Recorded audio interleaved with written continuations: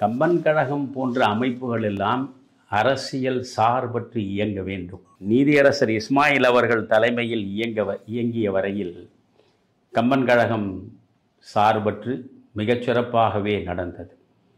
அந்த நேரத்தில் நீங்கள் பார்த்தால் நாம் வணங்க வேண்டிய அளவுக்கு மாபெரும் அறிஞர்களாக நம் முன்னால் வலம் வந்த ஆசா ஞானசம்பந்தன், தேப்போ மீனாட்சி சுந்தரனார், பேராசிரியர் எஸ் ராமகிருஷ்ணன், கீவா ஜெகநாதன், திருச்சி ராதாகிருஷ்ணன், இப்படி ஏராளமான மனிதர்களை சொல்லலாம். அவர்களெல்லாம் அலங்கரித்த மேடை அது. அந்த கம்பன் கழகத்தில் பல தருணங்களில் நான் இஸ்மாயில் அவர்கள் நடுவராக இருந்து நான் அணித்தலைவராக இருந்தும் பேசியிருக்கிறேன். பல முறை எங்கே நான் பேசியிருக்கிறேன்.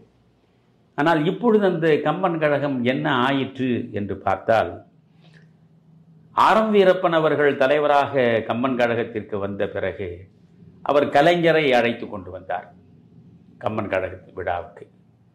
ஆனால் கலைஞர் அவர்கள் இந்த வைரமுத்து மாதிரி எதுவும் பேசவில்லை.